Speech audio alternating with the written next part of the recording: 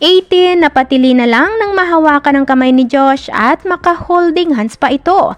Mapapasabi ka na lang talaga na ang laki ng mismong may-ari ng video matapos malapitan at mahawakan at maka-holding hands pa ang kamay ng kanyang bias. Isang malaking sana all. Saad ng mga 18 netizens na nainggit sa video na ito na ibinahagi ni ate.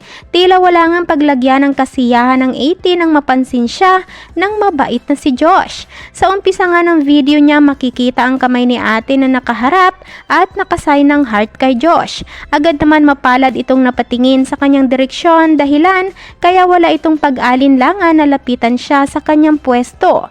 Napasigaw na lang ng sobrang lakas si ate dahil sa kanyang kasiyahan at kilig. Kaya naman hindi na niya pinalagpas ang pagkakataon dahil kita sa video na agad niyang hinawakan ang kamay ni Josh, sabay tugon din naman ito sa hawak sa kamay niya.